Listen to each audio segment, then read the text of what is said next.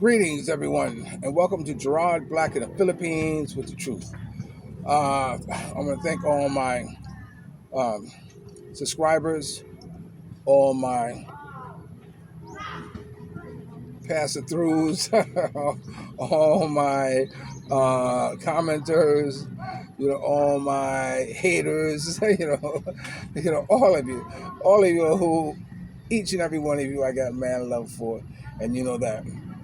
Well, today has been one of those days. When Mia gets hungry, they used to have this commercial like with Betty White and Larry Storch. Betty White was on the football field, and she was like, "Rah," like, and they're like, "Say, calm down, calm down. So here, take this." And she takes a bite of a piece of candy, and then she turns back. She turns into, a calm down football player. Well, that's how Mia's like. When Mia gets hungry, Mia gets angry, anxious, there's no talking to her, she's got to eat. But right now we are at the place I said, the Hidden Jewel in Subuland. And let me give you a 360-degree look at where we're at before I go any further. So just hold on. We are at Jake's place. We're having dinner by the pool. You see Mia doing her blog right there. So, hello, Mia. You can see there's another pool there. And as the 360-degree turn, look around, that's the main house over there.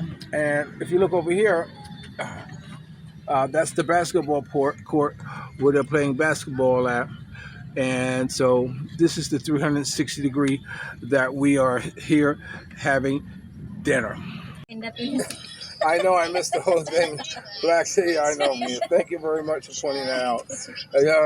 But anyway, check out Mia's channel, Mia Girl, or go to her Facebook, Mia Gallon, Galon, and you can check out her video matching mine. So anyway, and you can see what. But anyway, I had a surprise today when I came home from playing tennis. When I came home from playing tennis, I had one of these cats who, a foreigner who stopped by to see me. Now, I am ecstatic when someone takes the time to stop by and see me, especially after all the pop-ins that we do. So anyway, he was over, and he was excited because this was like the first time since he got married. See, we got married in September. I think they got married in June, but this was like the first time he was out by himself. And so I asked, "Where was your wife?" He said, "She's doing clothes." She didn't know I left. So I said, "Oh," I said, "Kudos, my man, kudos." I said, "But I'm sure it doesn't take a rocket scientist that if she wanted to find you, the first place she was going to look is at my house." But anyway, so, hey, we sat and we kicked a little bit, and we talked about a couple of things about how wonderful it is being in the Philippines. We talked about how difficult the banking process. He's had a lot of problems with his banking and being able to use the ATM card. In fact, he still hasn't been able to actually put his ATM card and withdraw money. He has to go through a process. Let's leave it like this. He has to go through a process. I don't want to put his business in the street, but he has his money is when he came here, for some reason he tapped into a bank called US Direct, I think what it's called, or Direct US or something like this. And I don't think they are they are a big enough conglomerate to be able to deal with international transactions. But because that's who he chose to put his retirement money in, then he's stuck with what you got until you go back and straighten that crap out. But that's where he is. And we talked about he gets Social Security, and a lot of you ask about how much money does it take to live in the Philippines. Well, he's here and he's living off of $1,000 a month in the Philippines, and he has he has a paid for scooter that allows him to get around. He has he has a place to live, and he has a wife, which he got rather fast, but it worked out fine for them. They're happy than maggots in a shit house, which is good. It worked for him, So I don't know if it was hard for him for her to let him go for a little while, or him being able to crawl out from underneath her for a little while. But be that as it may, I was happy to have him over. So we were talking about some of the benefits of being in the Philippines, and the conversation drifted off into, the prejudices in the Philippines. And I talked to him. I said, my being a black man, there are not a lot of places that I can go to that I think I could be welcome to. I mean, I would be welcome once I'm there, but I don't get the messages saying, "Yo, Gerard, we're gonna be playing cards over here. Yo, Gerard, we're gonna be shooting pool over here. Or Gerard, we're going to be, hanging out over here, drinking over here." See, I don't get those type of ads, invites from them, and often the time I think it's because a lot of time when foreigners come here, they come here with their prejudice. They come here with their taboo thoughts about black people. And and it's unfortunate because often the time their girlfriends are privy to that train of thought, and as a result they take on the same type of mentality as them and not liking blacks. And him and I went back and forth about that, and I told him it's for Filipinos, they're not prejudiced people, in my opinion, and if they are prejudiced, it's like a learned behavior. It's almost like a child. You could take a child and put her in a room with different nationalities, and if they don't know that they're not supposed to like this person, they don't know that they're not supposed to hear me out. I got that for you. They're not supposed to. Oh, this is our waitress. Say hello. Hi. How are you? So what have you brought us? Oh, I'm having potato salad. I don't know what me is having, but wait. So what's your name? My name is Charmaine. Charmaine, are you married? No. You have a boyfriend? Yes. Well, I want to ask you something. Would you marry a foreigner if you had a chance? Yes. Yes, you would? Yeah. Okay, so tell my friends here that you're looking for a foreigner. She's looking for a foreigner, so you guys come to Roadside, and she's here waiting for you. Thanks, Sherry. Okay? Okay. So we were looking at the dishes. I just got a simple milkshake. This is my milkshake here, and I got a potato salad, and Mia got some type of barbecue pork like that. You can see it right there, and she got Mia. What kind of shake is that you got? This is halo-halo. I'm gonna see it. Hold it up. Fruit mix with ice cream and stick-o. Oh, sorry about my finger in there, guys, but Halo-halo. That's halo. For sure. I don't know what my finger's doing in there. Here. Look at this. This is Oh, the camera. is that the camera? Yeah. Okay. I'm still learning about this stuff, guys. So that's me as halo. Okay, so anyway, so like I said, that when you put, kids or young people together, they don't know that they're not supposed to like that person or that nationality, or they don't know that they are not supposed to get along with those with someone different than themselves. And it's a learned behavior. It's something that you get exposed to that you think that's the norm, and as a result, that's where they grow up being prejudiced. So anyway, so we were talking about the prejudice about the Filipino people, and we both agree that Filipinos are not prejudiced. On a norm. You know what I'm saying? Hate is a learned commodity. You see, you have to learn to hate. You have to learn not to like somebody. You have to learn to be afraid of someone. These are things that you are taught. These are things that you are. The media is so strong on. You being afraid of a certain people because of the agenda that they're trying to push. So here in the Philippines, it's not like that. I know I said it once before that I used to talk to girls, And I said, hey, would you go out with me? And they said, no, no, no, I won't go out with you. I said, why? You too big. You too big. I said, no, no, no. Wait, darling. That's not me. That's the other black guy. I'm not too big. I fit just fine. You know what I'm saying? So it's one of those things. So anyway, we're gonna pause right here. We're going to eat, and I'll be right back. Remember, you're watching Gerard Black in the Philippines with the truth. I'll talk to you later. Peace. Siya mukhaon. Okay, well, I at least thought that she should at least be on here since we're sitting here eating. Mia just gave me a taste of her shake that had a mango in it. Halo-halo. Halo. So, anyway, and I'm eating my potato salad, which is good. It's not like our auntie used to make. We used to say, you go to a barbecue and say, we have potato salad. Who made the potato salad? Hey, Granny, all this food look good. Huh? Woo. Nah, bruh. I'm not doing this with y'all.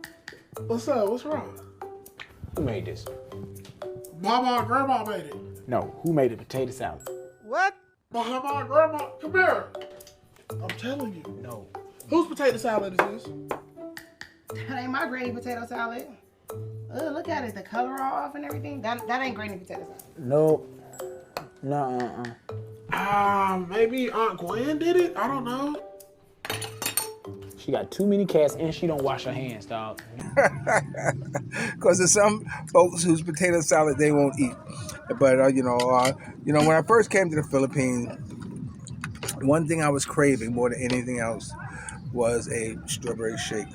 Because I used to love strawberry shakes, Whenever I went to McDonald's or whatever, the fast food, I always enjoyed a strawberry shake. So here in the Philippines, I could never find it. I could never find a strawberry shake. It wasn't until I came here to Roadside, Jake's place, excuse me, Josephine's son, who's the landlord, who's the owner of my house, that I came here, that they had strawberry shakes. So for the longest time, I used to come here and get strawberry shakes. Now, not so much because, it is calories. But when I do come here, I do order a strawberry shake, which is very, very good, by the way. But anyway, so like I said, we're here in Cebuland. We're at Jake's place called Roadside. It's a very nice, accommodating place for family, for lovers, for people just want to just come out and just enjoy. It's a nice atmosphere, and good service, which is nice. The food is good, it's plentiful, and I really appreciate this place here. But we were just coming from another friends of our house. The old man, I spoke about him before, but we just came from their house and it was nice seeing them. It's always good seeing them again. We don't get to see them that often because, we had transportation problems. And not only that, we were always on a clock because we always had to be back at 4 o'clock to pick the boys up from school. So whenever we find ourselves, anywhere, around 4 o'clock, we have to head home. So we didn't have time to stop by, but we have plenty of time to stop by now. And now that we have housekeepers, we're happy to, we can stay at least that extra hour. And that's what we're doing. And why are we here, Mia? Because you're what? You were what? Hungry. Like I told you, when she gets hungry, look out, man. Look out. So, I know to feed this Filipina. You know what I'm saying? And I really know she don't want to cook when she get home anyway. She thinks she's smart. But you got to be one step ahead of them, my man. One step ahead of them. But it's all good, though. So, but we stopped over there and we saw them, and much to my surprise, I got a surprise there, but it was unexpected. But let's just say, the debt is cleared. We'll just leave it at that. So anyway, you're watching Gerard Black in the Philippines with the truth. Remember, dreams are nothing more than plans awaiting action. Never disrespect the other, always pull someone up. And sometimes you're the only one to see a vision. and the best revenge in life is to live good. And we're living good, right, Mia? Yeah, very good. And we, wow, she said very good. Very good because I'm eating already. See, she's a happy camper. Filipinos are happy when they full. Let me tell you. When they're not full, look out. You ain't getting shit. So, if you're lucky to have a woman like Ali Woodson formerly singing a Temptation One song, treat her like a lady. And ladies, if you're lucky enough to have a good man like me, make him feel like a king. And what? Never say No. yeah. I need to memorize.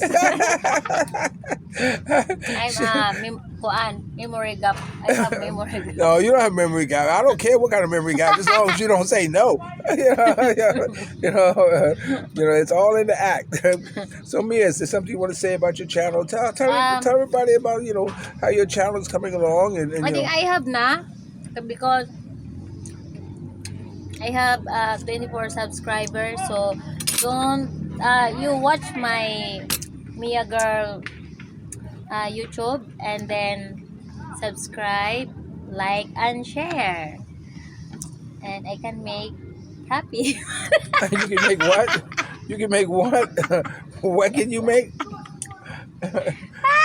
Money. Oh, we want to congratulate Mia. She just sold her first puppy. I decided to turn the whole puppy business over to her. So I told her that if she sells any puppies over 10,000 or 10,000, I get 2,000, and the rest she keeps. So if she sells them under 5, I get 1,000. At least that way they contribute to my upkeep with them. But she does a lot of work with the puppies. Let me tell you. I mean, my God. But that's one of the beautiful things about having them, is that it takes up so much time with her and her boys. I mean, you wouldn't believe the things you see what they do with the puppies and the dogs. It's just it's not unnatural, but it is very entertaining, to watch how they interact with the puppies and the dogs. I'm trying to show Mia about how to do videos. Is that if your video Be just like this. I be just like it's this. upside down, I try to show her how when you take it, you can't take a video horizontal and then at the same time flip your camera vertical and still keep taking videos. You can't do that because it's not going to work good. You either got to do it one way or the other. But she's learning. Okay, so other than that, remember, we'll always love you more. Let's throw them a kiss, Mia. Mwah. We'll talk to you later. Peace. You got another burp for me, Mia? Oh, my God.